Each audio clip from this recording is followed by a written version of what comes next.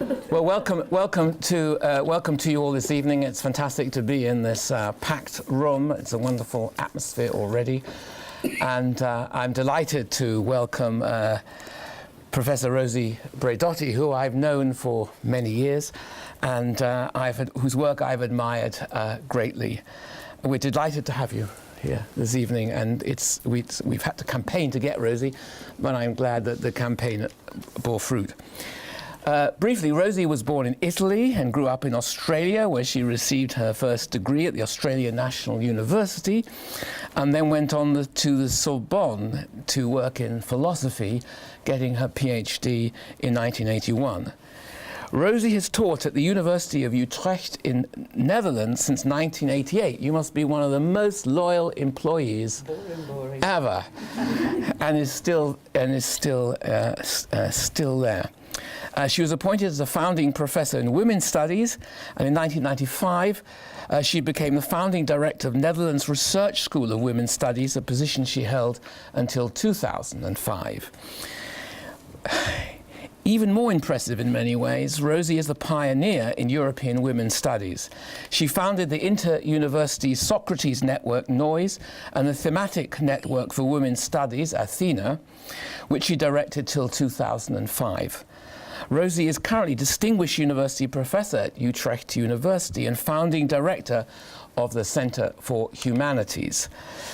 Rosi has had numerous honours and honorary degrees, and I just want to mention one. On the 3rd of March 2005, she was honoured with a royal knighthood from Queen Beatrice of Netherlands. Therefore, she really is Sir Rosi, although in the Netherlands they wear these honours very lightly, unlike here in the UK.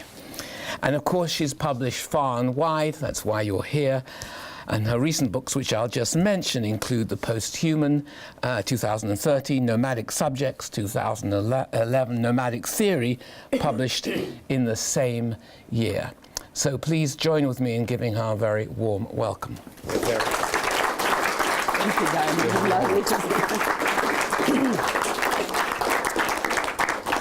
Thank you, Professor Held. Thank you, dear David. It's a great honor to be here in spite of the flu and a terrible throat ache. So if I faint in the middle, you know why that is.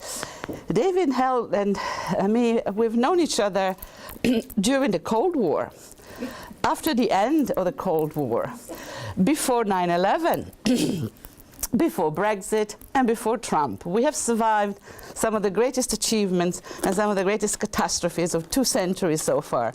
So it's a great honor to be here, and also a privilege to continue our discussion and our conversations. The posthuman is a pre-Brexit and a pre-Trump conceptual tool, navigational tool, that I use to answer the question that has haunted me since my days as a student of Foucault, Deleuze, and Rigoret in Paris. The question being, what are we in the process of becoming? What kind of subjects are we in the process of becoming? Subjects of knowledge, subjects of law, subjects of desire, subjects, with all of the apparatus of French philosophy that I have enormous love and admiration and respect for, the most vilified and the least understood tradition, not only of political thinking, but also of philosophy, history, philosophy of science, understandings of the body, understanding of affects and the passions. And more than ever, I think we need to go back to the bodily materialism of the French, from Diderot through to Bachelard, who was the supervisor of Deleuze and of Michel Serres, to Canguilhem, who taught Foucault the little he knows about science, and a great tradition of bodily materiality and embedded epistemology that I think could see us through the dark ages coming. So I started looking around for what we're in the process of becoming, and it became clear that a convergence phenomenon was occurring in the scholarship, a convergence between posthumanism on the one hand and post-anthropocentrism on the other. So that's the first point I want to try to illustrate. I have a few slides to keep you awake. The convergence between posthumanism, post-anthropocentrism, creating a conflagration that is the rise, the emergence of a new kind of scholarship, posthumanist, post-anthropocentric scholarship. I'll give you some examples. Then see how this evolves in a number of academic subdisciplines, infradisciplines, some people would say post-disciplinary discursive formation. And then at the end, emits a sort of working hypothesis about where the humanities are going in the present university. And I know that you're going to be going on to working about the university next year. What a timely topic. But what is the human in the humanities was my guiding principle as I started roaming around in a Foucaultian genealogical manner looking at the scholarship. So the first then is the rise of the posthumanist, the posthumanism kind of galaxy. And here, this tradition is long and rich, and depending what your pedigree is in the disciplines, you will know that the idea of the human, the classical idea of man, formulated by Protagoras as the measure of all things, and then visualized in the Renaissance by Leonardo da Vinci's Vitruvian man, that notion of man is embodying the classical vision of what humanoids of all kinds should be. It is an ideal of bodily perfection and a set of mental, discursive, moral virtues. Mens sana in corpore sano, never mind the complicated sexuality of Leonardo da Vinci if we read it with Freud's famous essay on his representation of the male body. Never mind all those complications. This model sets the standard for individuals and for their cultures. Humanism has always historically developed as a civilizational model. A civilizational model which shapes a certain idea of Europe as coinciding with the universalizing power of self-reflexive reason. It's not just any ideal, it's a very regulatory, very normative, very idealized ideal. Rather self-congratulatory vision of Europe, if you ask me, on any good day, and one that is way above anything that any human average can ever approximate, but it certainly provided the fuel for a certain self-representation, something that my generation of scholars unceremoniously label as Eurocentrism. So here immediately I have to put my cards on the table. I do it very honestly in the book as well. Anti-humanism is part of my tradition. Now, anti-humanism is not post-humanism, it's anti-humanism. And it comes from a tradition of rereading Nietzsche, rereading the whole tradition of Freud, rereading bits of Darwin with the Foucaultian French perspective. Anti-humanism is a critique of this humanist ideal on the grounds of its exclusive, very, very partial character. It is the wonderful image of the death of man that Foucault offers in The Order of Things, when you see the face of man drawn on the shore, on the beach, on the sand, and the wave of history comes and just erases it. And the end of humanism as the ideology of European supremacy is the way in which my teachers developed anti-humanism. Humanism as a delusional self-portrait by Europe that does not do justice to the mistakes as well to the greatness of the culture. I remember discussing this with Michel Serres about a year ago. Michel Serres was Gilles Deleuze's late life friends. They were they became friends late in life. Very interesting concept now that I'm aging, close the brackets. But Michel Serres was talking about what a trauma for his generation were the great events of the 20th century. The Second World War, of course, with the Holocaust and Auschwitz, that traumatized a whole generation of thinkers. But for Serres personally, Hiroshima and Nagasaki was the tipping point, a genocide caused by our own scientific knowledge, by our own advanced technology. Broke his heart, questioning the connection between reason and horror, the connection between reason and domination, the connection between an appeal to rationality and yet falling into all the trappings of the most barbaric forms of exclusion and elimination of others. Edward Said, in the early phase of his career, the most Foucaultian moment, takes this and runs into the Orientalism phase of his work, reiterating the fundamental tenet of anti-humanism: reason and violence are not mutually exclusive. reason, terror, delusionality, insanity are perfectly compatible in the deeds of man as in the acts of thinking. Whoops. Any Kantian at this point either stops talking to these people, puts a dirty label on them, the postmodernists, and kills the conversation, or starts shouting abuse. And I've been abused so many times in my life that I'm pretty immune to it. The worst was Baroness O'Neill. I must say that was pretty tough. You cannot talk to a postmodernist. You are dishonest. That was quite an intense, for a neo-Kantian preaching morality, it was a pretty barbaric attack. So we are used to this.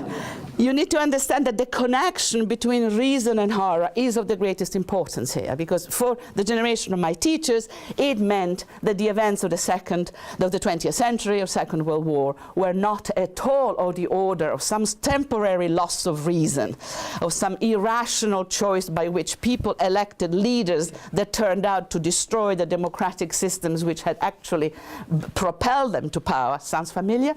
That all of that was absolutely within the realm of thinkability, the realm of reason. Great disagreements between the French and the German philosophers on why people vote for leaders that are really, really bad for them. In the case of the Second World War, Benito and Adolf absolutely democratically elected by people who were profoundly in love with them. This is where the breaking point is, that it has to do with the guilt of Europe in the Second World War. It has to do with a compatibility of reason with violence that has ramification in post-colonial anti-imperialist thinking, and has ramification as a vote of non-confidence in this men whose sameness counts as the order of superiority, men for whom difference can only be difference from this norm, and to be different from means to be worth less than.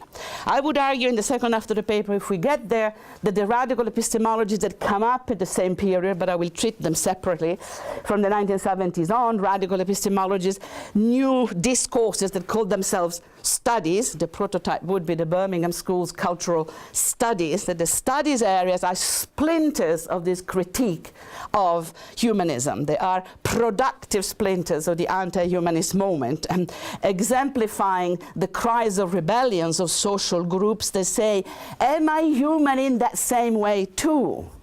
Am I also human? Or is my difference disqualifying me from the attributes of humanness, humanity? Human is not a value-neutral term. It's a term that indexes access to power. So can we have a human that looks like this? And she's white, just imagine. Can a woman represent humanity? Can a woman be the measure of all things? The only figure I could find was in a commercial one, interestingly enough. And what a body. We have the same thing as the Vitruvian. These are drop-dead gorgeous bodies of a level of perfection that only our media culture could tolerate. Can we imagine a female universal? I'm quoting almost Lucy Irigaray, who was still roaming around the north of England giving lectures, I see. Can we imagine a feminine? She's like 82, you've got to give it to the chick, she's got stamina. Can the universal be carried by terms other than whiteness and masculinity? Can we have alternatives to this? The postcolonials, this is Afrofuturism imagery. Again, not the best, but I'm launching an appeal if you can find alternative Vitruvians. A complicated story on the side of blackness and postcoloniality. On the one hand, critiques of whiteness and Eurocentrism. On the other hand, postcolonial neo-humanism. Fanon saying the Western world has betrayed humanism. You have used humanism as a pretext for your multiple crusades and attacks and exclusions, but humanism in the rest of the world will do very well. Jean-Paul Sartre, in his preface to Fanon, The Wretched of the Earth, 1963, the yellow and black voices still speak of our humanism to reproach us our humanities, but many forms of non-Western humanism are possible. You will find echoes of this post-colonial residual neo-humanism in contemporary work on post-colonial melancholia by Paul Gilroy, for instance, my neo-humanist post-anthropocentric brother. They don't let go. Anti-humanism is a strand that is much stronger within radical philosophies in the West than outside, significantly. So in quoting all of this, I don't want you to please dismiss this as, oh, postmodern relativism. What I've given you are not relativisms. This is, in a Spinoza's perspective, perspectivism. These are different perspectives. These are different situated positions, different ways of looking at the world, embodied, embedded, relationally other. It's difference. And I think if there is a way in which I would defend the legacy of feminist theory is in its situated, absolutely positioned way of defending knowledge. Speak from where you are, from the grounded nature of your experience, radically empirical in a completely bodily, embedded and embodied manner. So this is perspectivism. I owe the term to another one of my beloved teachers, Genevieve Lloyd, who was my MA supervisor at the ANU, and Lloyd is one of the great Spinozists. She's written some of the best work on Spinoza, on the parallelism mind-body and the perspectivism. Different bodies know different things, and the body for Spinoza is inbrained, and the brain for Spinoza is embodied. We are in monistic system. So this is the baggage of posthumanism, with an anti-humanist strand that I wanted to highlight for the sake of my own sort of integrity, but you don't have to be an anti-humanist, you can be a straightforward post-humanist, critiquing the limitation of this moment of humanism. If you are a Derridian, or if you are anybody working within a linguistic turn frame, whereby language as a system of representation carries all the different moments of our analysis, it is inevitably to go from posthumanism to post-anthropocentrism. Not so if you're coming from my tradition of more materialist philosophies, both of science and of power relation. Post-anthropocentrism has a very different genealogy. And you can try this for yourselves by doing the test of all defeated, depressed, heartbroken liberals today. You can go in front of the mirror and start the mantra. I am against fascism, yes. I am against advanced capitalism, yes. I am against patriarchy, I hope, yes. I am against racism, yes. I am against war, yes. I am against the human race. Oops. Belonging to our species is a different order of things. First of all, we are not used to thinking of ourselves as a species in the human and social sciences. We don't even have a language to think of ourselves as a species. We live this to the sciences, which we call biosciences or life sciences. Now, when did they get over life? Why did we give life away?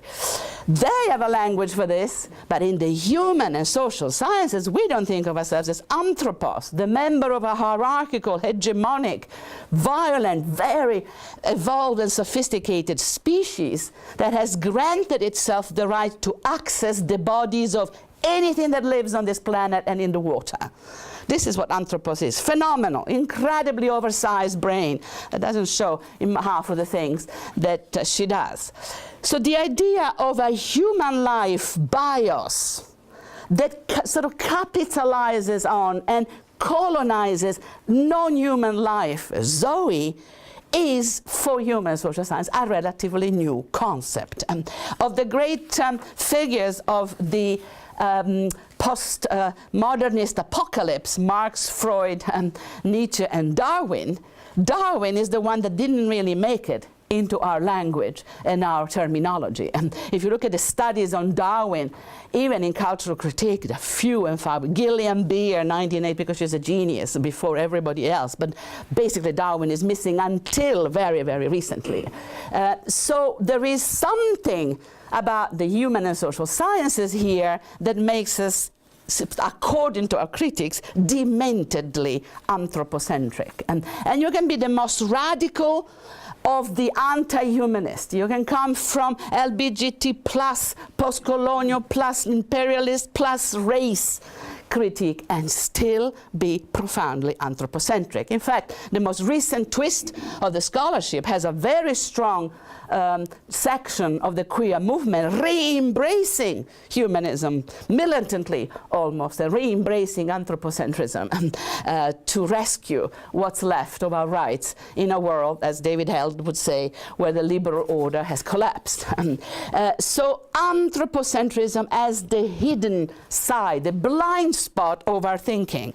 Why is it unimaginable to have a little doggy or a pussycat? Thank you to Donna Haraway for the images representing the measure of all things. And remember that these pets are half humanoids already. If they live with us and they watch television with us, they dream like us.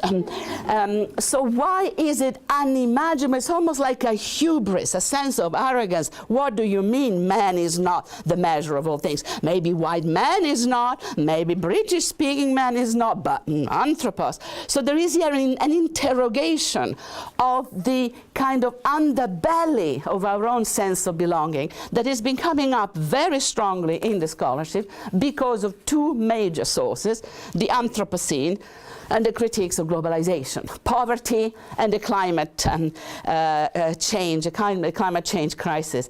I hope that we will be able to continue talking about climate change even after Brexit, that we will not have at the border an order that this is now not to be spoken of because of the influence of what's happening in the rest of the world. The Anthropocene became an official scientific concept in August 2016. The International Geological Society in Cape Town actually reached a consensus. The Anthropocene is the era that we are in, and it has been made to start in 1950. It starts with the nuclear era, with the Manhattan Project, which I thought was a very interesting exercise in scientific consensus, something to be looked at. So there is and I spare you that I have to go quickly on this, but we can return in the conversation if you want to, the massive literature around Anthropocene, which has a huge impact on the humanities, and which I will return to when I design a little bit the landscape that I see emerging out of this rabble. The other one is the critique of globalization, poverty, the failing of a system that traffics in everything that lives and fundamentally has turned the codes of life itself into capital. The biogenetic nature of advanced capitalism is what connects to the issue of anthropocentrism. Biogenetic means that the capital that we and the university in this are major players, that we trade and capitalize on, is the codes of all that lives, living codes. Whether it's biogenetic codes or whether it's algorithmic informational codes, we are the cultures that make life forms sustainable or not. That's what we do for a living. This is why our universities are so effective. And a lot of our colleagues in the biotechs, of course, teach during the day and then after hours go off to the factory and make things. They make patent-like sort of life forms that are useful to all sorts of purposes. Life, sort of capitalizing on life, what Melinda Cooper in Sydney calls life as surplus, the surplus capital generated by life. Nick Rose, the London School, is very good on this, the politics of life itself, a bit wishy-washy politically, but strong on the ethics. This is what counts. This is the kind of capital that we have. And that means that the capitalization of life has made our Vitruvian very much a commercial player in the midst of this circulation of life goals. Wasn't it just recently the synthetic biology, just a few days ago, something else came out of synthetic biology. England, a leader until now in the field of creating new life forms. Big shift between the first phase of capitalism and where we are at now. Earlier versions of capitalism used to loot and actually deprive and destroy nature. we are actually capable of recreating it, of making it. And this is even an argument in people who are against the whole Anthropocene. They say, oh, it doesn't matter if we destroy all trees, we've got the genetic codes, we can rebuild them, and we can remake them.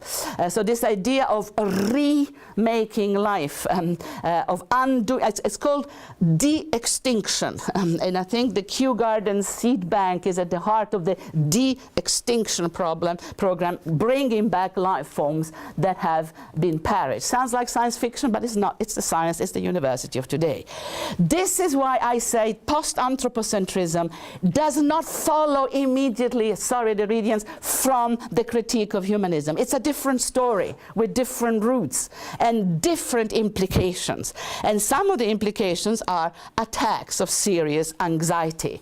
And then as I was researching the first book, the scholarship of anxiety about the fate of the human became almost amusing. Fukuyama, who's called for the deregulation of everything, wants to re-regulate the biogenetics because they're taking over everything.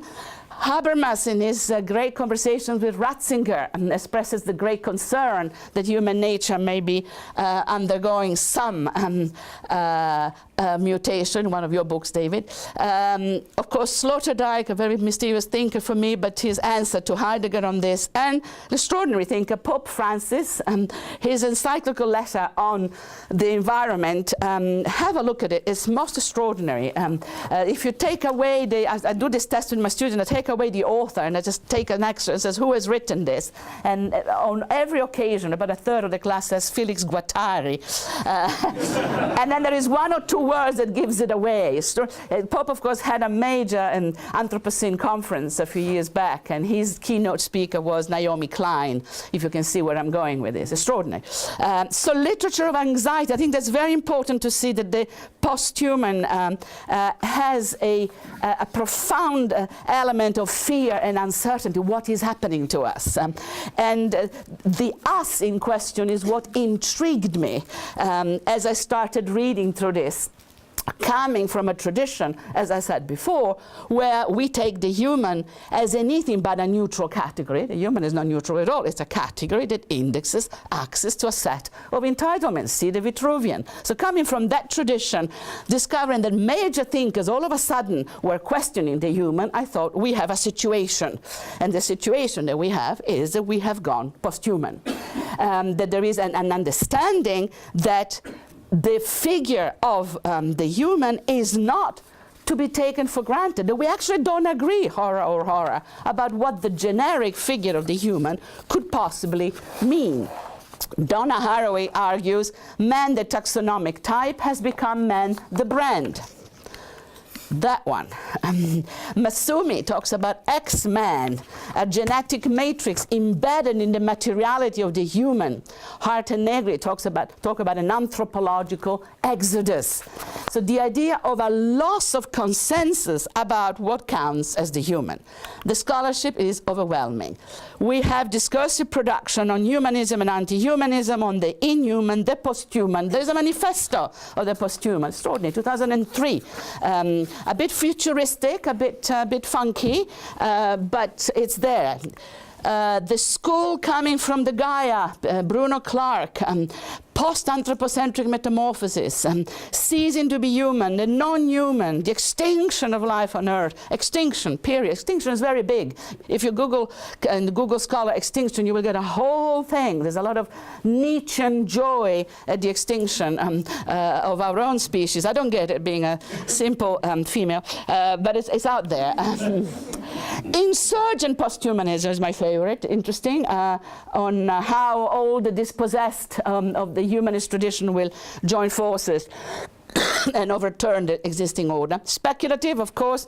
We have the Bruce Sterling and the internet brigades on this, human, non-human, and behind a lot of these, there are strong government grants. For instance, the New Human is Danish government money. We're talking about millions. A lot of stuff coming out of Germany has the funding of the federal German government. They got 50 million, 50, to do the Anthropocene research. And now they got another 60 to do the post-Anthropocene research. Germany, the great champion of the humanities. So there is the scholarship bears witness to the fact that there is not only anxiety, but great vitality in exploring what is happening to us. There are some posthumanist hubs, as they call them. They are areas of interdisciplinary study that are producing a great deal of the contemporary posthuman scholarship. If you're incomplete, you're sitting on a volcano of posthumanist research, from eco-criticism to animal studies, to different variations of green and blue humanities. Complete is reinventing itself as a post-anthropocentric field. And of course, the next one is cultural studies, and what used to be cultural studies, what's left of it. As I said before, the return of Darwin, the animal studies stuff, zoology, it gets funky immediately. The re-entry of Darwin into cultural and literary studies causes a number of readjustments and a number of hybrid interconnections that are proving very generative and also very productive of jobs, because these are new areas of research, and God knows we need them. You may know this conversation through neo-materialism. It's also another one of the neos that are going around. You will find the bits of on the affective turn. Look at how life goes: inventive, viroid, vibrant, agential. The radical veganism front, a big upsurge of vegetarianism and veganism. Patricia McCormack, particularly interesting. She's an abolitionist, and what she wants to abolish is the human race. That's her abolitionist category. Extraordinary. Very radical. Student of mine, I don't know what went right or wrong. But you may know it as neo-materialism, and you will find a lot of this literature touching on the question of how do we rethink the human after the collapse of anthropocentrism and the accepted critique of Western humanism. The pioneers, always worth, I put myself in there, but I'm old enough. I think Haraway, Hales, myself, coming from different areas of study, looking at the instability of the category of the human. And I must say that my political culture, feminism, women, LGBT rights, has a long, long history of alliance with and fascination for the non-human. I think it was about 10 years ago that Catherine McKinnon wrote a book called Are Women Human? And recent events prove that actually not, but McKinnon argues that the history of law proves that not really. Females of all kinds had to fight very hard to get basic human rights. The right to vote, of course, the right to education, the right to physical integrity, a long, long struggle. Association, woman, animal, very rich, very old, from antiquity through to today. Naturalization of differences being, of course, the connecting factor. All the ones that are different from the Vitruvian vision of man are the others. The others are pejorative figures. To be different from means to be worth less than. So you get a topos that is very strong in the feminist science fiction of the 1970s. I'm thinking of the early work of Barr, of Barbara Creed, Julia Kristeva. The association being women, feminist, lesbian, LGBTers, migrants, all disabled people, all variation of differences, all united against the power of white men.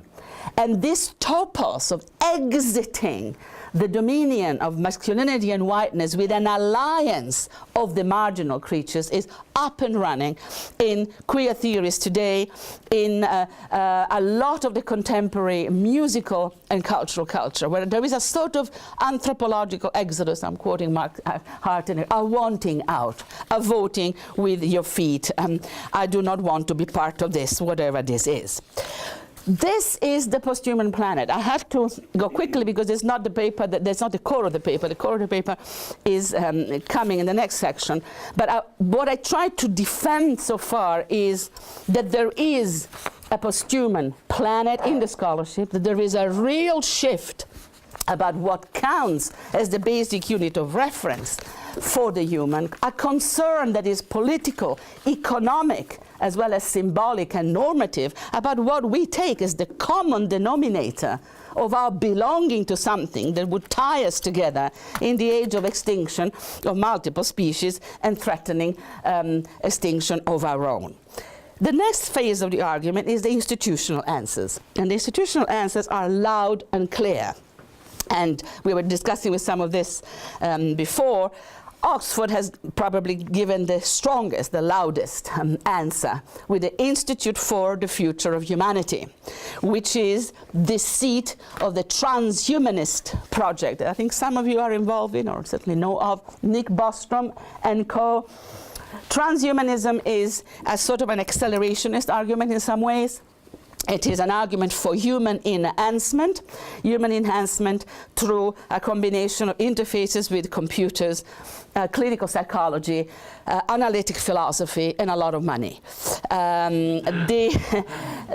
lot of money. I think Nick got the ERC a few years ago. They got a whole strong posthuman stream through the institute. Now, what is interesting about the transhumanists is that they are, at the level of the analysis, complete post-anthropocentric. They agree that the human brain has a problem.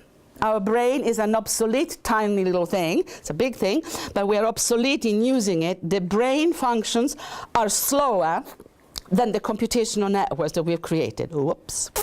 And this means that we cannot think as fast as the computational system that run our stock exchange, the global economy, and our defense. And that is a problem. So what are we going to do about this? We are going to accelerate our brains. We are going to catch up. Human enhancement through a number of operations, mostly implants, but others as well, that will make us capable of living the same way as our jet pilots can fly those machines by looking just at computer simulations, or Formula One pilots that are only interfacing with computer simulations. But this means that your brain and the body of which the brain is part can function at that speed. I get slightly nauseous even on a TGV or on a fast train. As we hit 320, it's beginning to be a little bit dodgy. And I think this is where the embodied embrainment that we inhabit is archaic, obsolete for the new computational world, algorithmic world that we're going in. So Bostrom and the Oxford transhumanists are then into enhancement, and they defend the enhancement analytically on post-anthropocentric grounds. The computers are better than we are, we have to catch up. Normatively, they do a turnaround, and they defend it on pure Enlightenment grounds. They're defending it in terms of fulfilling the project of the Enlightenment. The Enlightenment had promised us the perfectibility of the human through the use of reason. We are going to give you exactly that, the perfectibility of the human through the use of reason. It means a bit of enhancement, but hey, that Voltaire and the others didn't go through the details here. So an extraordinary reversal. I call this the winning formula, and I want to launch an appeal that if you're looking for grants, that's what you do. Analytically, posthuman, normatively neo-humanist. That's the winning formula. That's advanced capitalism. That's what gets you the money. It will not be my critical posthumanism, trust me. But analytically understanding that we have a crisis of the human, normatively bringing back all the neo-Kantian stuff that we can reassure the institutions that we do not have a real collapse of values here. We have a moment of transition, but in the end, all will be fine. It's a very complicated game, and it's a very bitter game in some ways, but the posthuman, as in the transhumanist of Oxford, I think is setting the tune for a great deal of the research, most interesting, very much worth following. Cambridge, with the money of Skype, run by my good friend Hugh Price, and with whom I went to school in Canberra, Institute for the Study of Global Risk, trying to sort of risk assessment, decent risk assessment, not many claims to posthumanism of any kinds, but taking on the task of measuring the impact of this massive collapse of consensus about what counts as the basic basic unit of reference for the human. My favorite, the Swedish, millions for the Posthumanities Hub. Totally different story.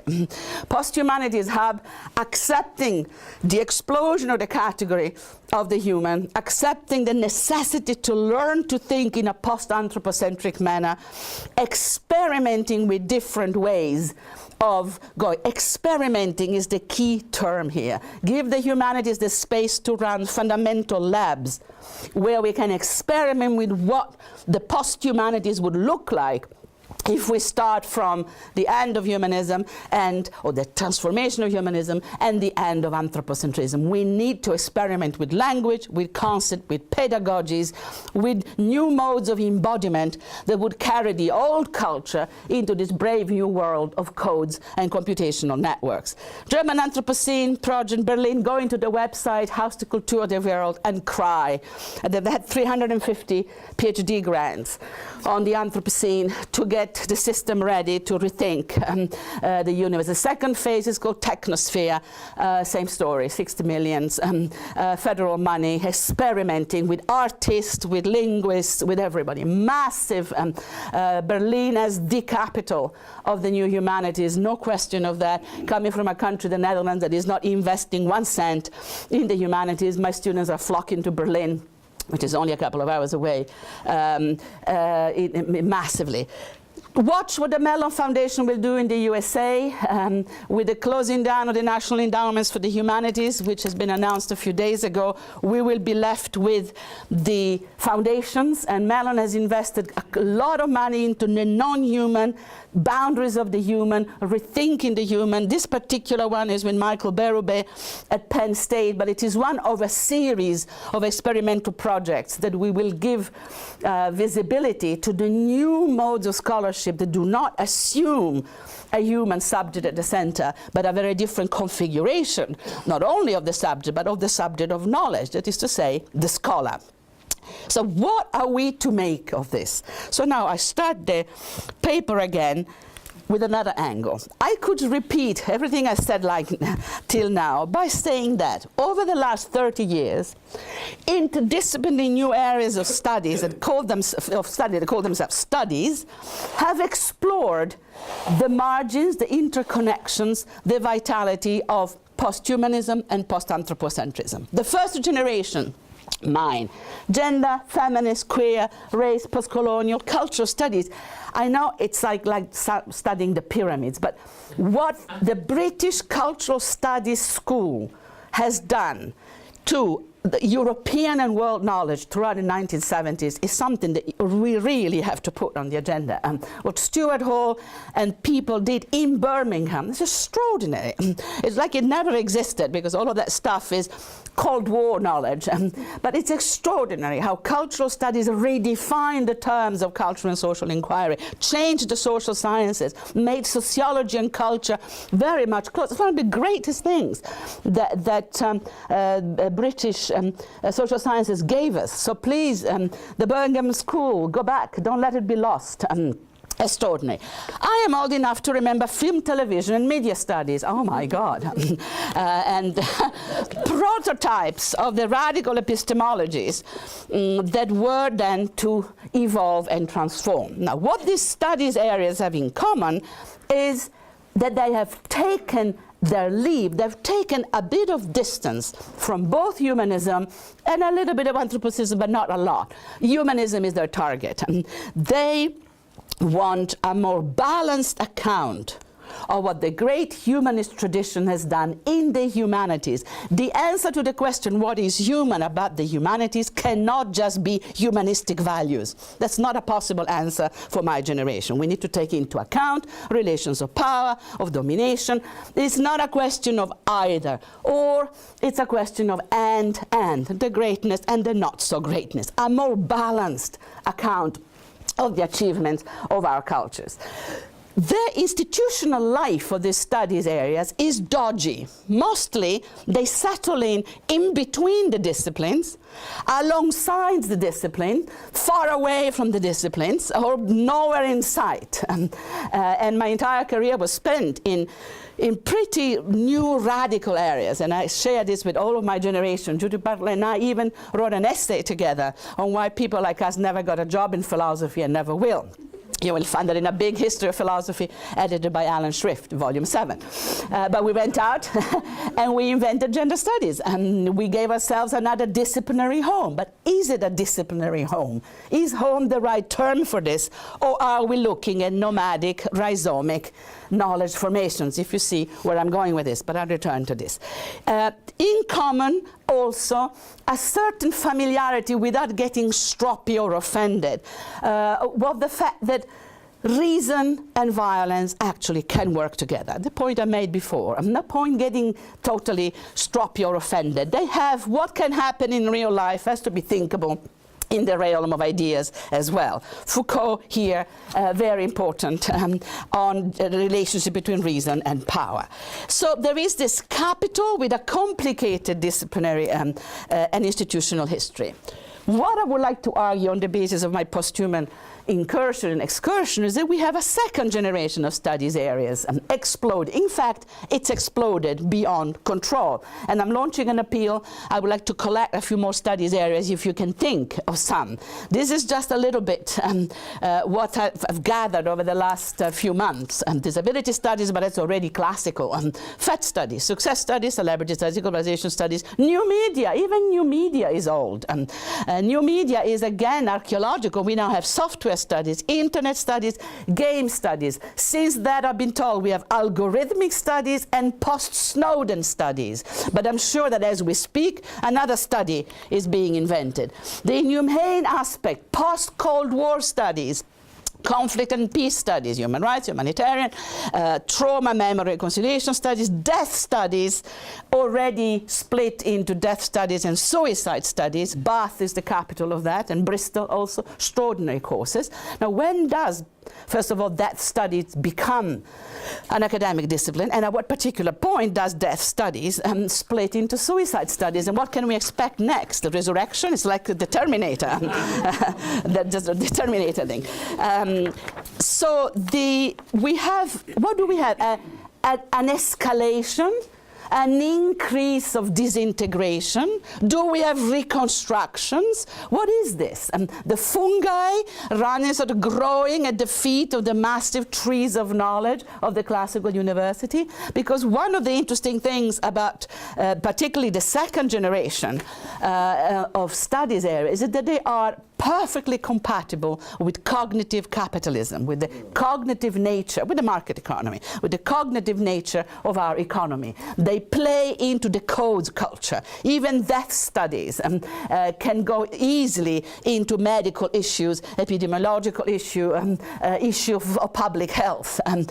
Certainly humanitarian studies is security. Security is the war machine. You can run a career on that. May I point out a beautiful white paper from the European Science Foundation called Security Studies and the Humanities, which gives you a table of translations from the classical humanities to the humanities revisited with security studies.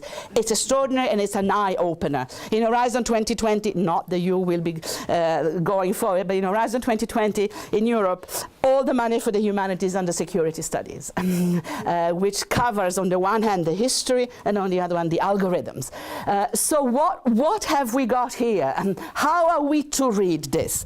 As I was putting the question, the next phase comes up. All of a sudden, the literature changes, and on top of the studies areas, the word humanities start popping up. And it is another explosion. We have the inhuman humanities.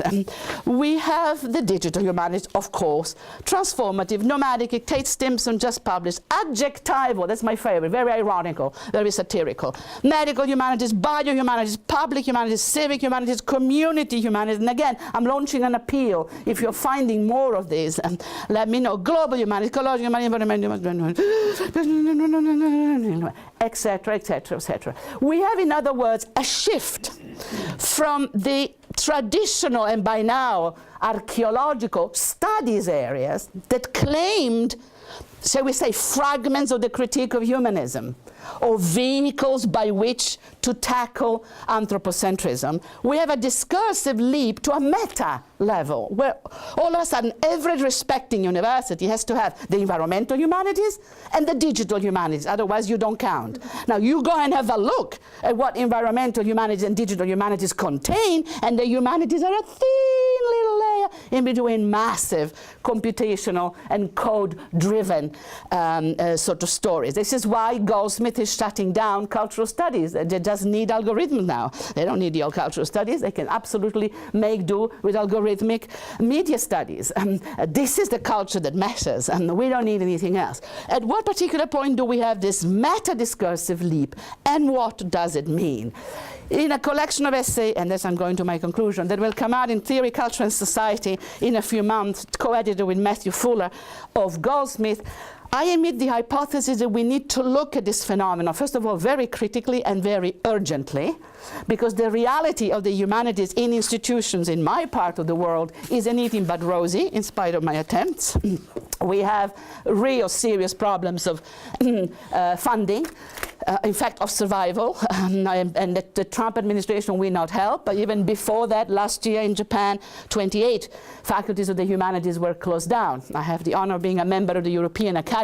The alarm about the future of the humanities is absolutely widespread and enormous. Do we have a future at all? What is the human of the humanities? So there is a sense in which, in this context of crisis, this meta-discursive leap to another level of the humanities could be very generative, because it could give us the impulse to actually address the great issues of the day in a manner that would make us relevant and productive for the others. The darker side of this being the opposite, that this is the last episode of colonization of our realm, but a new culture where anthropocentrism has been displaced by essentially the algorithmic culture of computational networks, and where the hegemony of the West as a humanist bastion is under attack from many, many angles. And one of the interesting things that are happening in the posthuman scholarship now, particularly after Trump, is that there is a return of the rhetoric that I had spotted in my postmodern days. That there is a recycling of the same accusation against the posthuman as they used to have against the postmodern. You're an enemy of the West, you don't like Europe, you're an enemy, essentially. And there's a lot of return of that, which is extremely worrisome in some respect, because I see the posthumanities as the possibility of reinventing ourselves. I read it with Gilles Deleuze's distinction and Guattari's distinction between royal science and nomadic science in that wonderful book that is What is Philosophy, where they make a distinction between institutional science that gets the grant and is really recognized, and the nomadic science, which is where all the action is and never really gets the grants, but is the motor of evolution. The issue in our phase of cognitive capitalism being that it is not either or, but and. And it is the same people at Goldsmith College, as an example, that are actually doing the new algorithmic cultural studies that can also double up as incredible hackers and intervene in world politics. We have seen the role algorithmic culture played in the last American election. That was absolutely not an exception and not a coincidence. It's the world that we're in, algorithm wars. And algorithmic wars confront us by the fact that our algorithms in the West are the algorithm of the West, that the Soviet system has its own system of algorithms, and China has yet its own system of algorithms. And China and Russia, you may have noticed this, a month or so ago, not even have signed an agreement on security. This was during the last phases of the American campaigns. China to Russia security agreement, and exchanging algorithmic cultures. And the West cannot even hack the Soviets or the Chinese, because we don't even speak algorithms. If you go to Africa, because of the influence of China, people are using mobile phone with operational systems from the Chinese, and we can't even hack those. So hacking culture, algorithmic culture, security culture, the new geopolitical world order, the post-humanities as both a symptom of the problem and an absolute step towards the solution. Royal science and nomad science working together, moving on. My appeal is for fundamental experiments with what we're capable of becoming as humanities scholars and as post-humanity scholars in the age where everything around us is mutating. I don't see post-human scholarship as a symptom of a crisis. It is a great indicator of both what we are ceasing to be, the old humanist world orders, and what we're in the process of becoming. And this distinction between what we're ceasing to be and what we're in the process of becoming is precisely the function of that portrait that Foucault makes of the face of man on the beach, on the sand, and the wave of history comes to erase it. It's not an extinction. It's not a crisis. It's the next phase, but it requires a little bit of effort. And maybe it is the message here is the one that the radical epistemologies have always known. Make an effort to defamiliarize yourself with what you know. Experiment with the new. Have the courage of becoming already what our culture is pointing towards. Let us be worthy of our times, which is Deleuze quoting Spinoza, quoting God knows who. Being worthy of our time, being worthy of the present. Let's become posthuman. That's my message.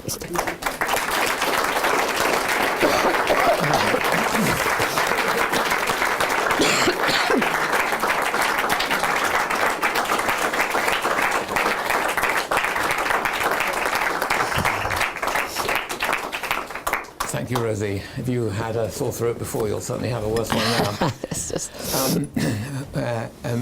extraordinary performance and tour de force. Questions? We have time. We'll go as we won't push you to the limit tonight, given how you feel. No, it's fine.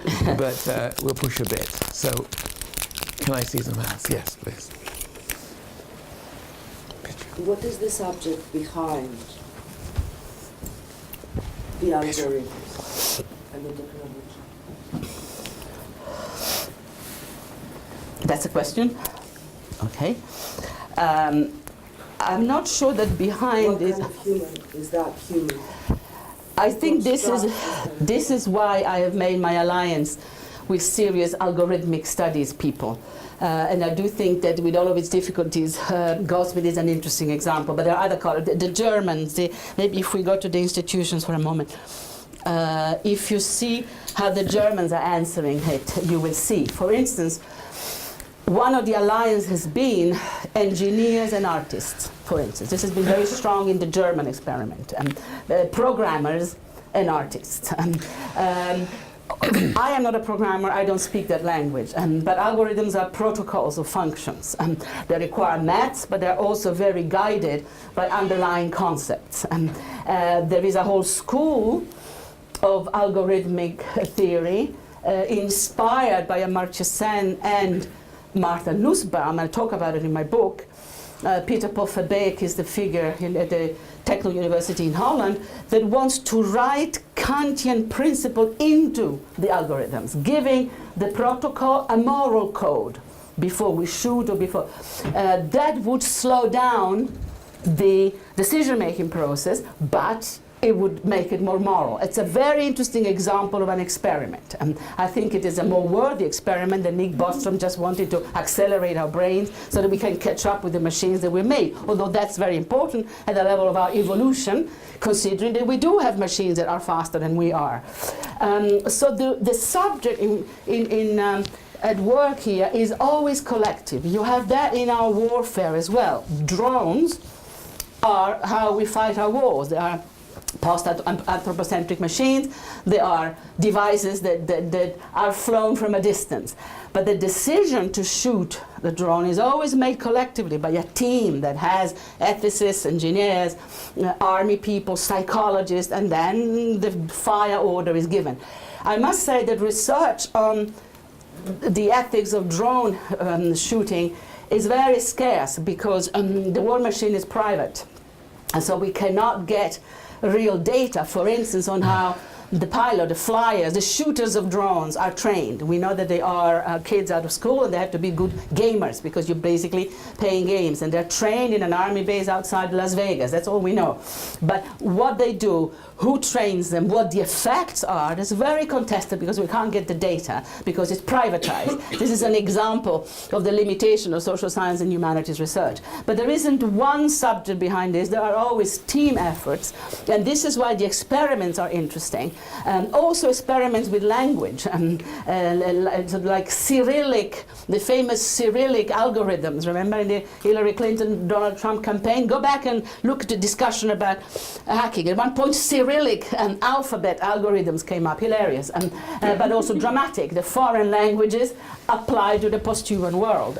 I think collective and the necessity for experimenting in a post-disciplinary sort of manner. And in the Ivy Leagues in the United States now, a year of programming is compulsory for anybody wanting to do the humanities. It's becoming the new Latin, and I fully endorse that. It is going to be the new Latin, so let's study it minimally, and then some people will become absolute superb at it, and others will just speak it like a pidgin algorithm. And it would allow the millennials and a lot of our students to bring together their double lives, their day life and their night life. And their virtual life online and their real life in the classrooms. It would actually reverse the order and force them to be in the classroom as they are online. Now that would be a change. And I think we would see a few surprises also in the level of their creativity if we did that. That's as far as I can go, is watch the Germans and watch what Goldsmith will do after they shut down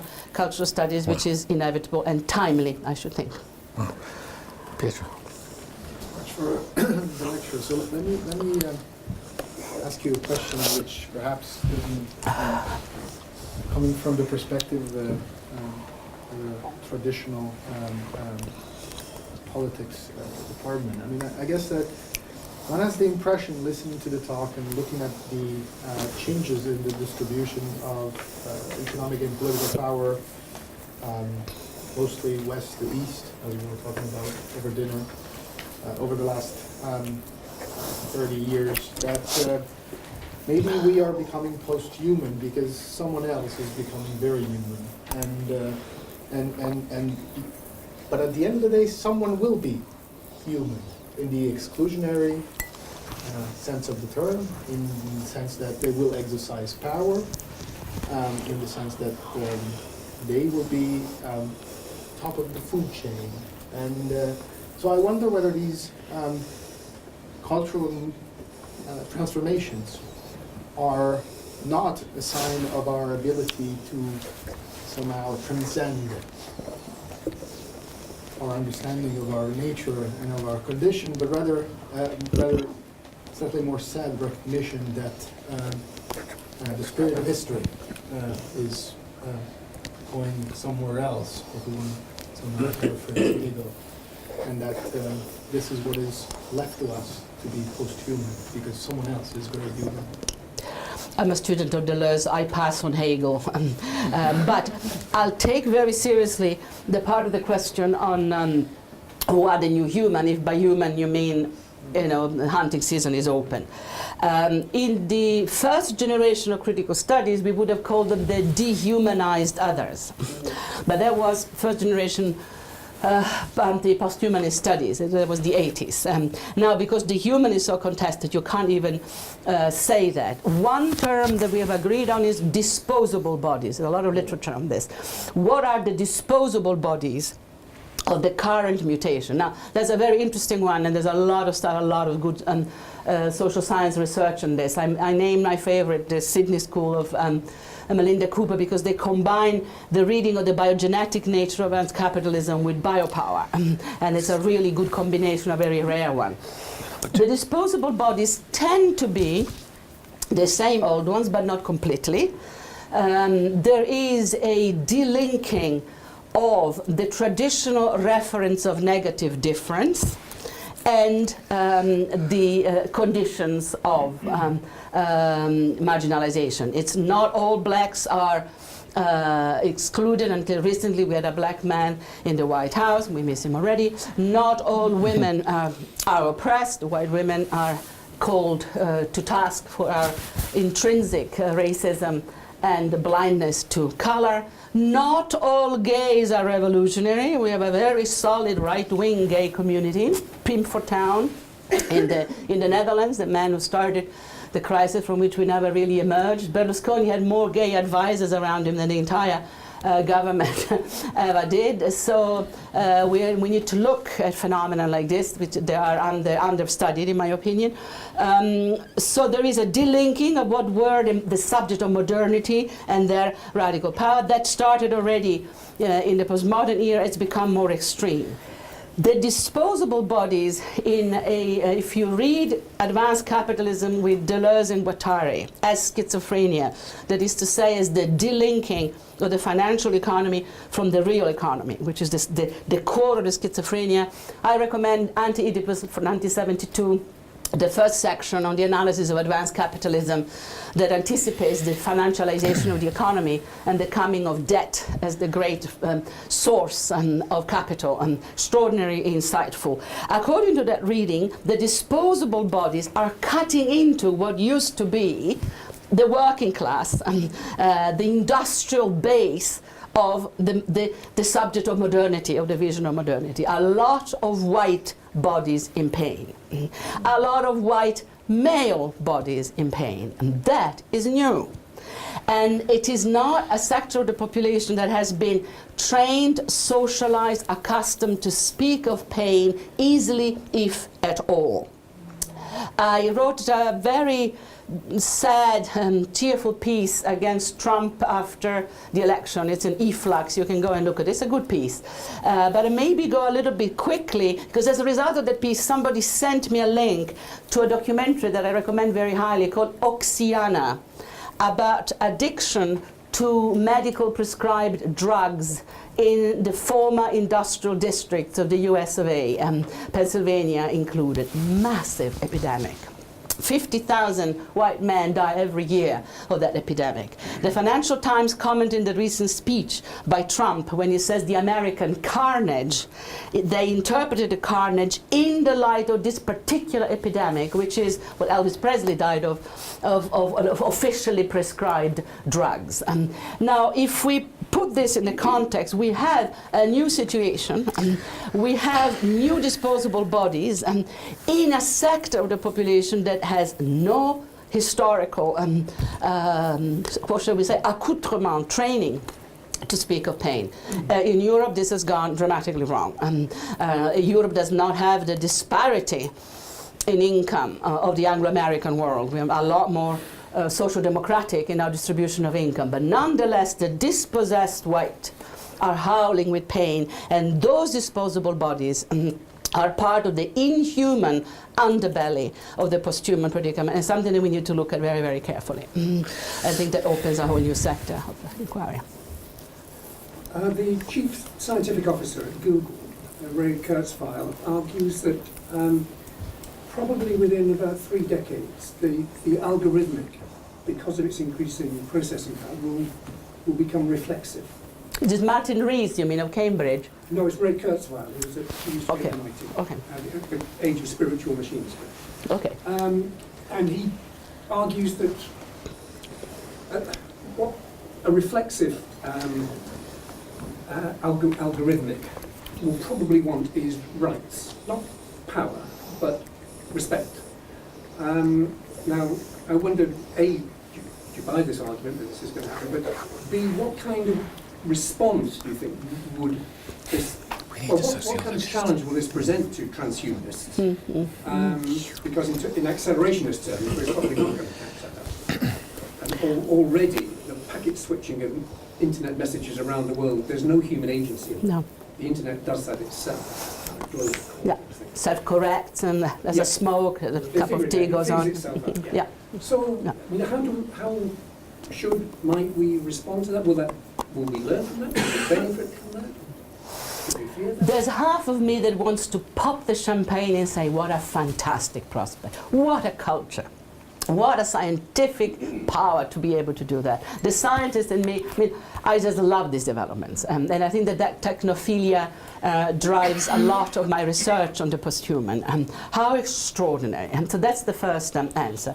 Then to do the genealogical part, in the literature, in the scholarship, there is a big return of this kind of, we call it inhuman rationalism. It's rationalism spinning, becoming meta, becoming speculative, becoming extremely interesting. It is not clear what the container of that inhuman rationalism will be. If it is going to be an extended mind in the way that Andy Clark and the Scottish school has been arguing very, very eloquently for a long time, a collective mind, extended, distributed, able to anticipation is extremely important, to anticipate reaction and self-organize, and that would be totally compatible with nomadic philosophies or assemblages. Assemblage is a horrible translation of the French agencement, which is agency. Now, Deleuze was talking about collective agency, not assemblages, it's agencement. And that would be a way of clustering our intelligence. And if I say, to answer an algorithmic question, I need a programmer, an artist, we're already saying we need to work in teams across the border here if we are to make sense of it. So it could be as simple as that. But there is a lot of fascination, and I'm thinking here of the object ontologies, of the boys, as they call them, Ray Brasier, just take the rationalism and run. And we don't need to attach it to that old carcass, to that old container, the human body. So here I then change stance, change references, and I come in with the Spinozism that I learned from Geneviève Lloyd, one of the great Spinoza scholars, I repeat, and from Gilles Deleuze. Critical Spinozism comes in the 1970s in France in answer to the decline of Hegelianism and the rejection of Marxism. The switch to Spinoza is the single most important conceptual event in post-structuralism.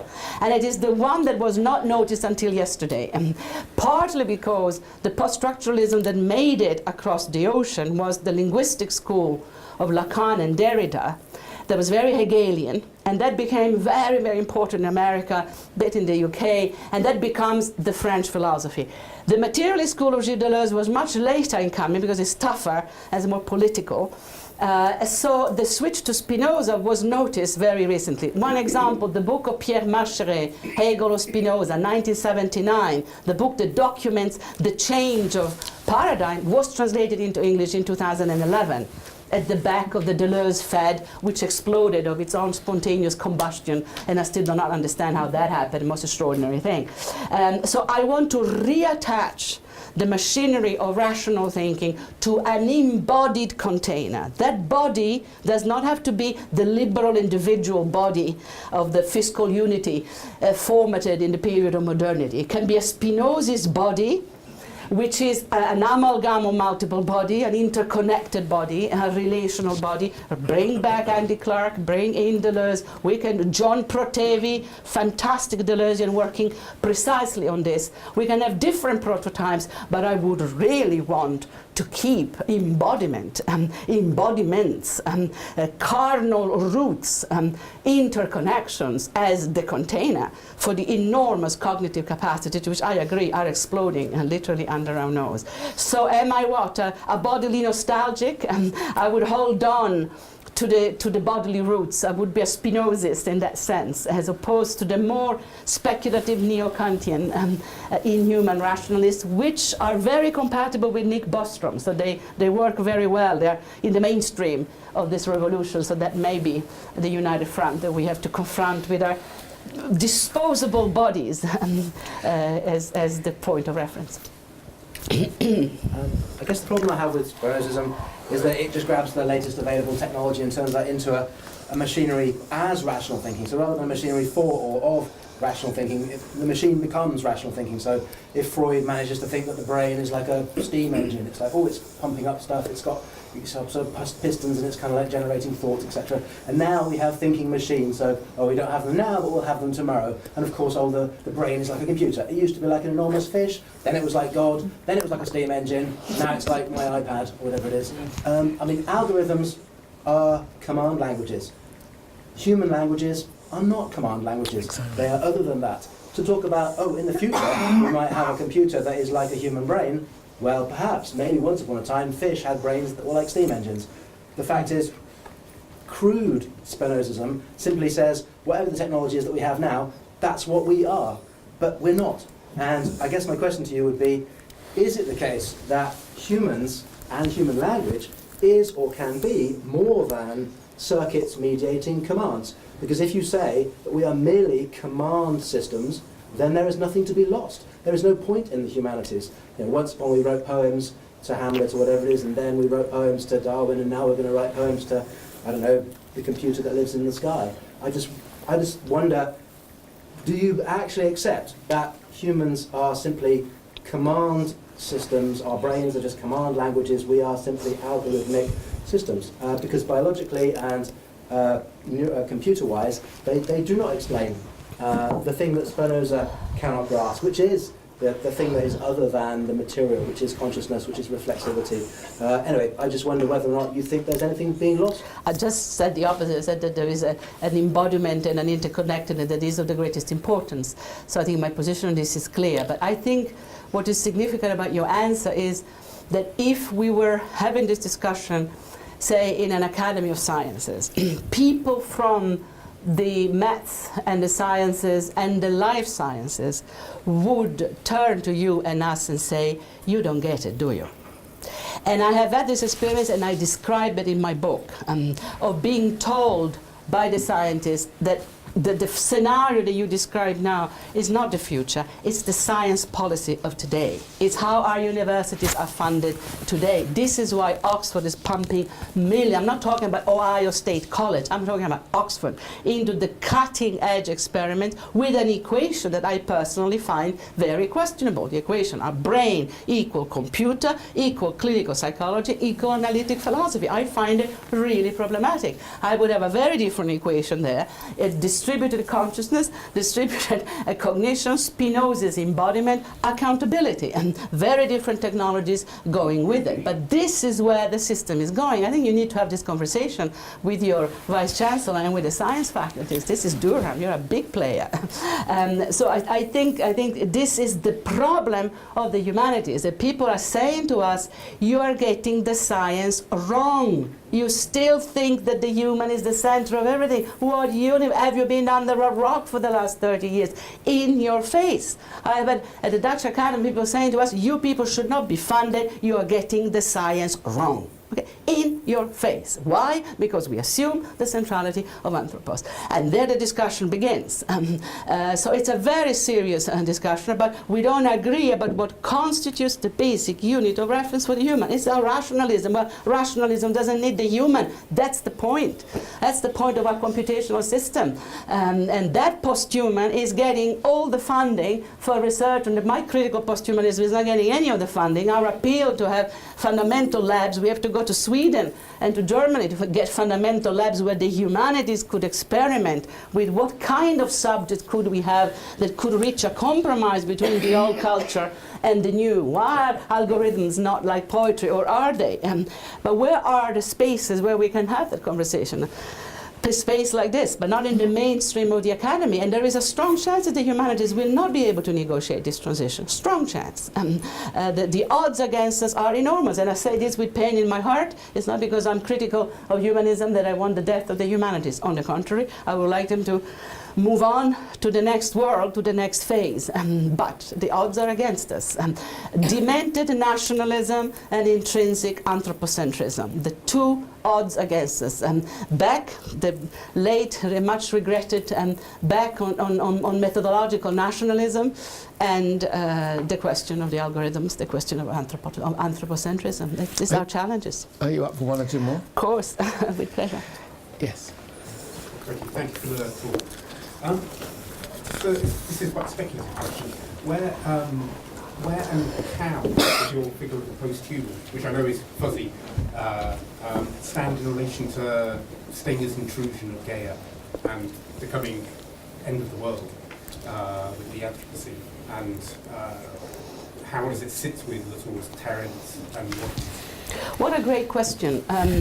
The Gaia 1 people, Lovelace and Haraway, have been always sort of the strange traveling companion, but marginal. I was thinking the other day, why is it that green politics and red politics never mixed? But I remember so well as a young socialist fighting for the revolution, I'm a Cold War kid, remember, that anybody working on the environment was somehow soft in the head. I remember the term soft in the head. You tree-hugging, soft in the head hippies. Anybody that was worrying about Gaia Hypothesis 1.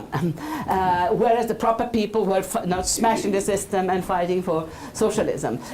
We had the limitations of our times. And you see this in the difficulty of putting the coalitions together. In Germany and Holland, Greens and Reds have governed together in the last 20 years, but it's recent. In feminism, the eco-feminists were both visionaries and very, very marginal to the system. They did stuff before anybody else. They went spiritual. I remember going to my first eco-feminist meeting, and women were celebrating the menstrual period. I was out the door screaming immediately. I thought, soft in the head, I'm out of here. Because we had to have a Simone de Beauvoir style of analysis of da-da-da-da.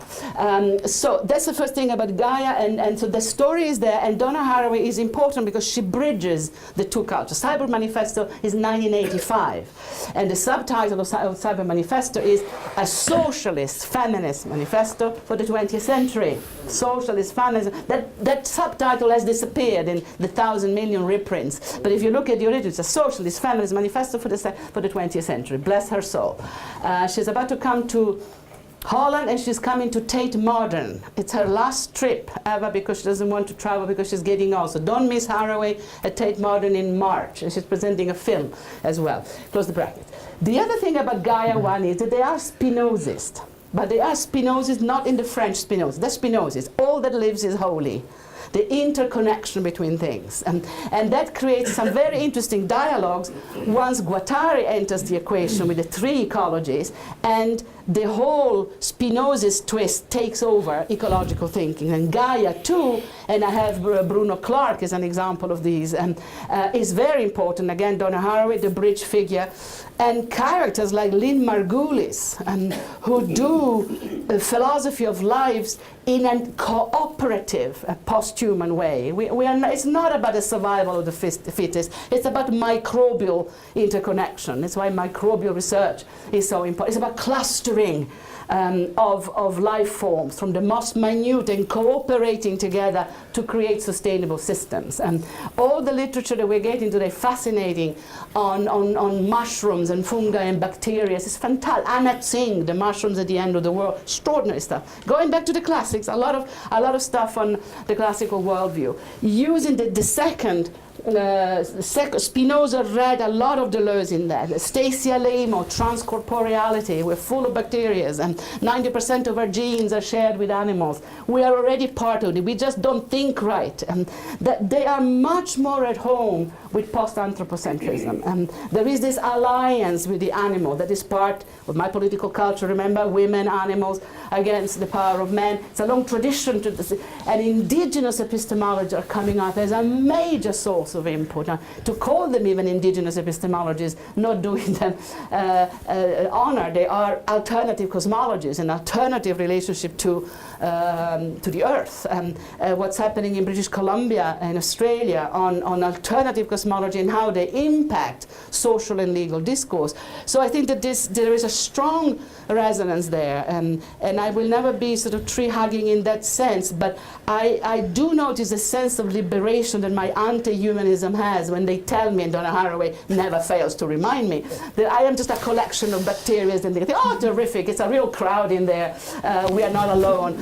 Or as Genevieve Lloyd says, we are already part of nature. The problem is we are trained to think that we are transcendental in relation to it. That habit has got to go if we are to survive what's coming to us. So in that sense, a lot of conversation. I am not in the extinction. I don't really get where Claire Colebrook is going with it, although I respect her enormously. This is fantastic. But the extinction studies is sort of going in the dark part of this, and I suppose arguing that extinction is never really the end and there will be another mutation coming out of it. But I prefer to stay with the regenerative force of continuous becoming, pure Deleuzian in that sense. And I think it's probably my connection to the Anthropocene in this respect. Can I ask you a simple question? You never have a simple question, no, David Held. I mean, when should we say no? When should we say no to continuous becoming? You know, what is the basis and the limits in which we say that's enough? Because you've counseled that for humanities to keep thriving and develop, they must embrace all these changes, manage, you know, the virtual and the literal, as it were, learn to mediate these languages, and accept that they will become something else. Why? I mean, why not stick with the greatest poetry, the greatest novels, the greatest texts? You know, science fiction is full of narratives of continuous becoming. It's also full of narratives of resistance. The point at which there's a tipping point and power, materiality, interests that control the computers, the information systems, the weapon systems, and so on, are so able to manipulate them to their own advantage that the resistance forms in science fiction always on the margins to come in. But you're not counselling a theoretical framework of critique of these kinds of powers. Maybe you are. You're counselling a continuous process of becoming. And I just wonder whether that leaves us any levers to understand the different dimensions of power in this world of becoming. This is a political scientist this is speaking. a simple question. See what I mean? It's a political scientist speaking, you know. And hasn't science fiction, is a sort of literary form, understood that and asked the question, do we always have to become? Do we have to go with the becoming? Aren't there boundaries which we want to maintain? Great question. 7 questions in one. And Terrific. Thank you. That is what first of other all, tools, philosophy and so on are about.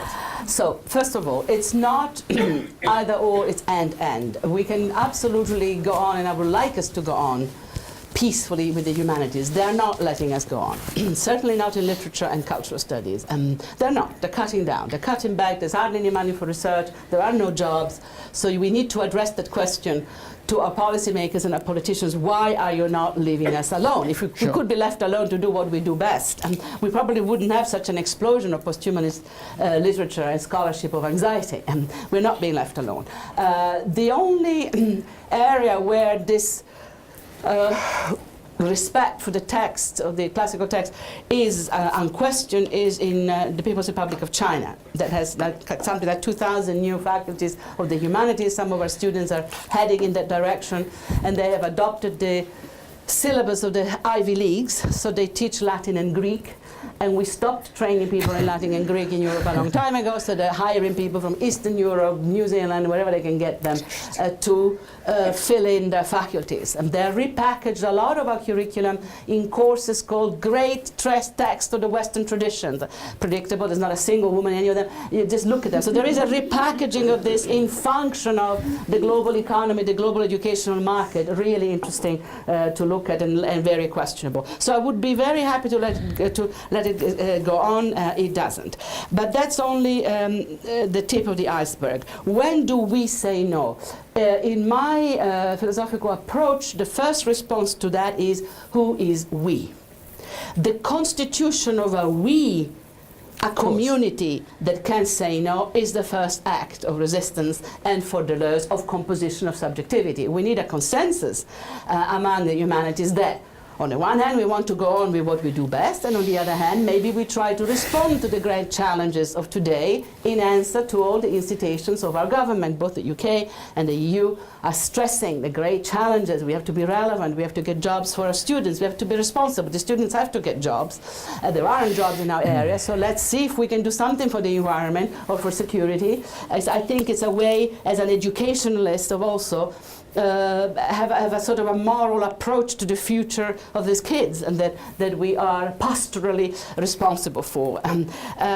So the composition of a we would be the act of resistance. That I believe that in Sweden it was just a coalition of academics that went to the government and said, we want to experiment with new languages for the humanities and the posthuman era. And it's got 6 million, and that was it. That's Sweden. That's why everybody is migrating in that general direction. You're completely correct in sensing, in stressing my wanting to go with it. And that is partly the answer that I gave before, my great excitement about what is happening. I really love our science and technology. And I want to be very honest, I'm not as bad as my millennial students. My students, I don't know if many millennials we have in the room, but my students, if they go to a place where there is no computer signal, first of all, they realize that there is no signal, and they start getting edgy.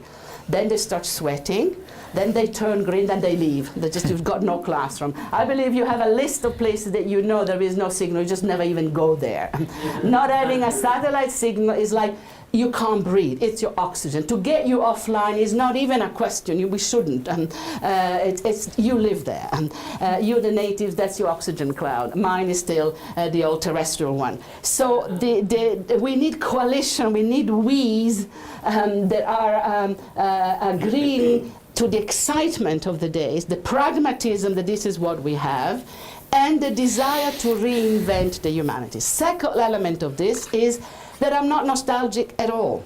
I come from anti-humanism. I could say, in all honesty, what has man ever done for my gender? We had to fight for centuries to be educated. Centuries. The oldest university in Europe, Bologna, is 900 years old. Women have been admitted for the last century on a good day, 60 years really. So why am I going all of a sudden to become the champion of a culture that is constantly treating us like second-class citizens? The edict that President Trump signed a few days ago, taking off all funding for Planned Parenthood for the world. Beautiful title in the Huffington Post. Room full of men screws women. Huffington Post. Patriarchy. Do you want an image of patriarchy? There you have it. And I'm going to enlist in the armies of humanism. Give me a break. So there is this idea that transformation is the way in which moving on in a transformative manner is our biggest chance. And with great faith in the resources, the resilience and the creativity of our field, we have almost everything to be able to negotiate this transition, except a united composition of a we that would confront the governments with a clear plan. Defending the whole humanities will get you one university protected, the one that will teach the literature. In Europe we have the problem of languages and 1,000 little different languages, so we can save Italy and Denmark and Holland just by teaching the national language, the national history, and the national literature. Nationalism can save you, but that would be one university. The others? So I think the transformative gesture is to move on and to transform the field, and a great belief that we can do it. We say no, and we have a whole chapter on the saying no and the boundaries and the limits, but that would take me another 20 minutes to answer. But yes, being able to say this is the limit is of the greatest importance. I find that very interesting. But isn't there a risk again, and then I'll shut up, isn't there a risk again of seeing all these technological transformations, what has the past done for us, so we might as well move on, through a neutral lens of power, as if transformations are just technical transformations. They're never just technical transformations, they're always consolidated technical transformations exploited for particular purposes. So, as a social scientist, I can't just go and keep becoming in this sense, because I have to ask the question, who gets what, why, no, but this when? is not go with the flow theory. The process of becoming is a process of managed transformation, but collectively collectively negotiated. The whole Spinoza's politics, you know this very well, is the composition of the community that decides what mode of democracy is best for them. I think that we have more to gain by moving on than by holding on. But I would support an end strategy at this point. And I would also like our system, our policymakers, to recognize the great contribution that the studies areas can make in this transformation. Right. That how gender studies, post-colonial studies, we have developed tools by which we can actually ferry people across the Great Divide, help people defamiliarize and take leave from the familiar without falling into depression or unnecessary anger. The mutation is upon us. It's really up to us to play, and really, yes, we can, would be the message. No votes, we're back to that. Can you manage one more question? Oh, God, yes. One last question. I promise it's really small, not like David's. Oh, I thought it was David's again. That's what I'm sure. I just wanted to ask that the suggestion to be post-human is who do you think, can everyone become post-human? And what are the tropes of privilege that allow Exactly. one to be post-human, in a way following up from... Exactly, it's the same question about the class of See, I was post-human. not suggesting that it was... I wasn't suggesting that we choose to become post-human. I was suggesting that we are living with the conditions of our historicity, the context that we are living with the development of science and technology on the one hand, and the limitations of globalization and that world order on the others, are producing a convergence between critique of humanism, critique of anthropocentrism. You can say it's the end of the liberal Western world order. We can also put it in those terms, but that's David's translation of this. So it is our condition. It's our historical condition. It's not a choice. You cannot choose not to have an email account if you work anywhere. It's not a choice. If you don't work on an email account, you just don't get a job. End of story. You cannot choose not to correct the student papers online. You cannot choose to say to the students, shut down those laptops and listen, because they will not. These are the conditions of our historical setting, of our context. We are pushed in this direction. And within this context, the materialist philosophies that I practice with the notion of immanence and embodiment say, okay, let's take these conditions and see how we can twist them in a different direction. Experiment with how we can reorient this, how we can make a critical posthumanism that would have other values in it, other sectors in it. That would require funding. For instance, it would require that posthumanist research is open to us, which it isn't. The big ERC grants have gone to Nick Bostrom's. They have all the money that there is. That's posthumanism. It's played out. That's the paradigm. I don't make those decisions. I just read and analyze the situation in a Foucaultian discourse and power framework. These decisions are being made over our heads, so to speak. So my idea would be, let's go in there and twist it together, constitution of a community that would embrace our historicity, but try to remember, yes, there is a massive translation, but 20% of households on Earth do not even have electricity, for instance, which is absolutely part of my ethical political systems. Does anybody listen? Does anybody care out there? Is the next level of question. In an era of economic nationalism, does anybody care if 20% of the world outside the West does not have electricity? And don't see that being a big argument, but it's not a reason not to embrace it. So it's not I choose to be posthuman. Conditions of our historicity are pushing us in certain directions. How do we play it? I think that's the question, that's the query. Same way as Foucault, my teacher, when he was looking at the crisis of humanism back in the 70s, and went into the literature and discovered explosion of studies on anthropology, ethnography, psychoanalysis, the voices of the others, and that's the order of things, that's the beginning of post-structuralism. So that methodology, discourse as power, what are we writing, what is being produced, what does it say about us? There is a massive posthuman turn with all the differentials. If you go back to the start, I don't want to restart the talk, but I gave you many different possibilities. And the inhuman literature, starting from Lyotard, goes into all the inhumanities of the time. It's huge. The inhuman part of the posthuman literature is enormous. It's about the dispossessed. It's about all of that. So there are the multiple angles of approach on this. But it's not a psychological choice. I don't particularly care to be posthuman. And it's a navigational tool, conceptual persona. It's a condition. That's the argument. And a very good point on which to end. Thank you. Thank you, Rosi.